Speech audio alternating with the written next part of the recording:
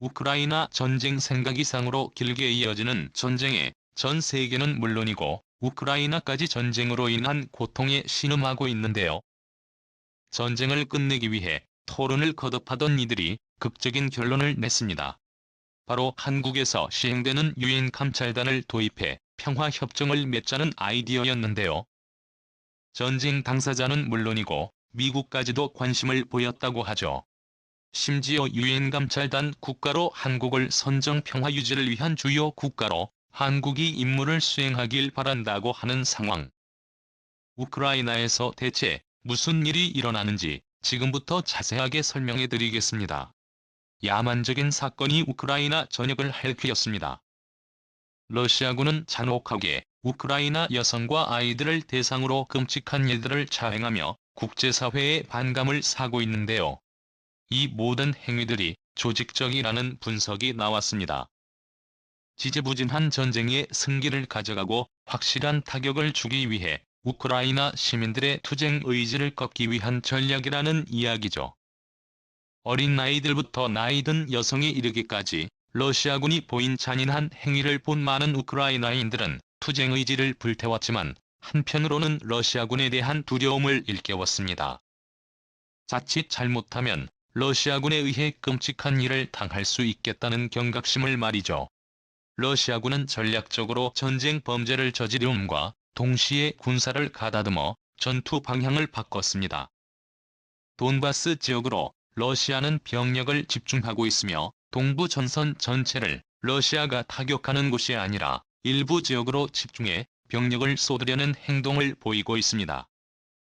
우크라이나 군정보당국은 SNS를 통해 러시아가 동부 돈바스 지역에 투입할 새 전투원 징집 소식을 전달했고, 영국 국방부도 병력 증강의 움직임이 몰도바의 미숙민 국가 트란스니스트리아 지역에서 벌어지고 있다는 사실을 밝혔죠. 모두 다 러시아의 영향에 있는 국가들로 러시아의 지원을 받은 러시아 위성 국가들입니다. 미 국방부도 전선에서 후퇴한 러시아 군들이 돈바스 지역으로 집결미군까지 끌어모아 큰 전투를 준비하고 있다고 보도했습니다. 전까지만 해도 서로 평화 협상을 원하던 우크라이나 러시아는 다시 전쟁을 목도하고 있는 셈입니다. 전쟁을 막기 위해 러시아는 우크라이나에게 중립국 제안을 건넸고 이를 받아들일 경우 러시아는 군을 철수하겠다고 밝힌 바 있었는데요. 러시아가 주장한 모델은 스웨덴 오스트리아 중립국 모델이었습니다. 북대서양조약기구에 가입하지 않고 비동맹 노선을 채택하는 곳으로 러시아가 가장 두려워하는 나토 가입에 우크라이나가 손을 대지 않는 것이 주요한 내용입니다. 하지만 우크라이나는 우크라이나식 모델을 주장하며 러시아가 주장하는 모델은 절대 받아들일 수 없는 중립국 모델이라고 주장. 중립국 논의에 대해 원칙적으로 동의하나 제3자에 의한 안전 보장은 중립국 결정에 있어 필수적인 요소가 될 것이라고 밝혔습니다. 미국이나 이와 같은 제3자가 우크라이나 러시아 사이의 중립국 협의에 보장을 하는 차원에서 중립국이 이루어진다면 이를 받겠다는 뜻이었죠. 러시아는 이 논의를 받을 수 없다며 거절했고 미사일을 비롯해 화학무기가 난무하는 전쟁으로 치닫게 되었습니다.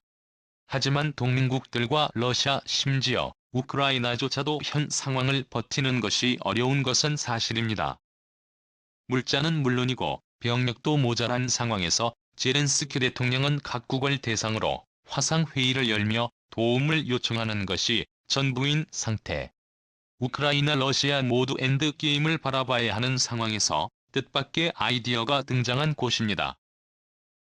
한국을 본 우크라이나 러시아 외교 실무진들이 떠올린 방법인데요.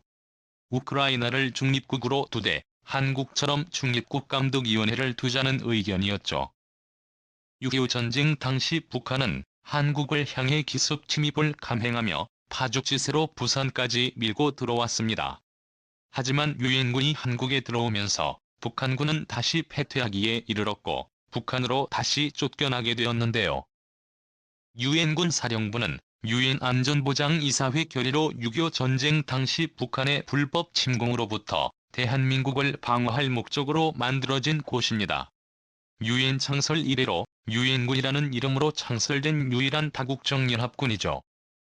이곳은 창설된 이래로 지금까지 그 기능을 유지하고 있습니다.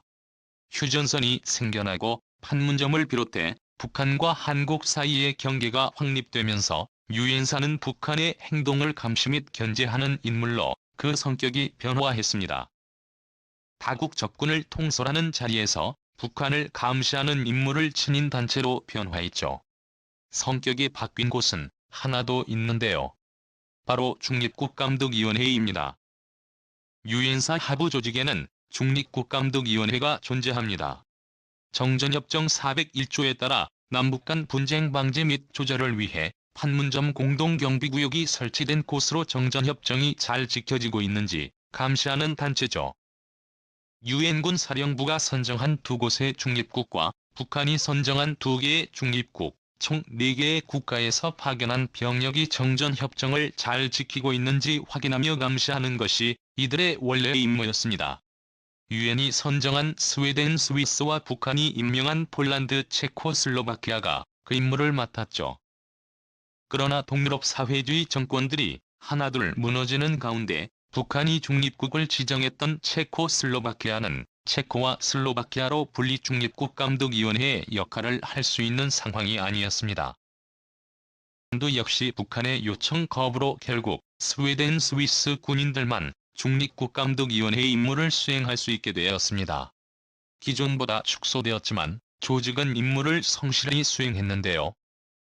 이들은 DMZ 외에 남북한 지역에 각각 지정된 5개 항구에서 병력 배치와 교대 장비와 무기의 도착 및 퇴거 위반 사항을 점검하며 한미 군사 훈련이 일어날 경우 북한의 동태를 감시하는 임무를 수행했습니다.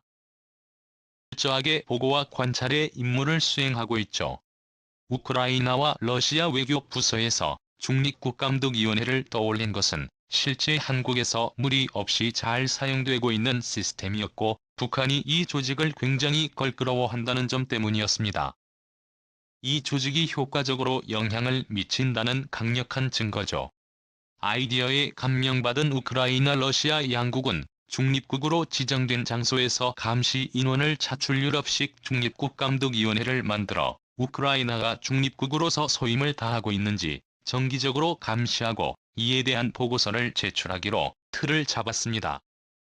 서로 간의 양보로 전쟁을 멈출 수 있는 현실적인 방안이 없기 때문이었죠.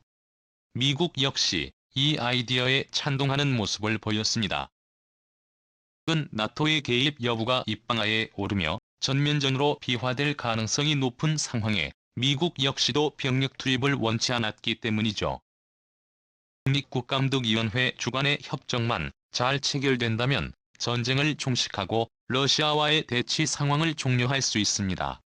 중립국감독위원회 선정될 국가로는 현재 러시아와 우크라이나 양쪽을 중재하고 있고 평화회담 장소로 이용되는 터키, 한국에도 병력을 보내고 있는 대표적인 중립국과 스위스, 그리고 놀랍게도 한국이 중립국감독위원회 멤버로 거론되었습니다. 구체적인 숫자와 인원에 대해서는 논의를 하고 있지만 우크라이나와 러시아 모두 합의를 본 국가는 터키, 스위스, 한국은 꼭 포함되었다고 하는데요.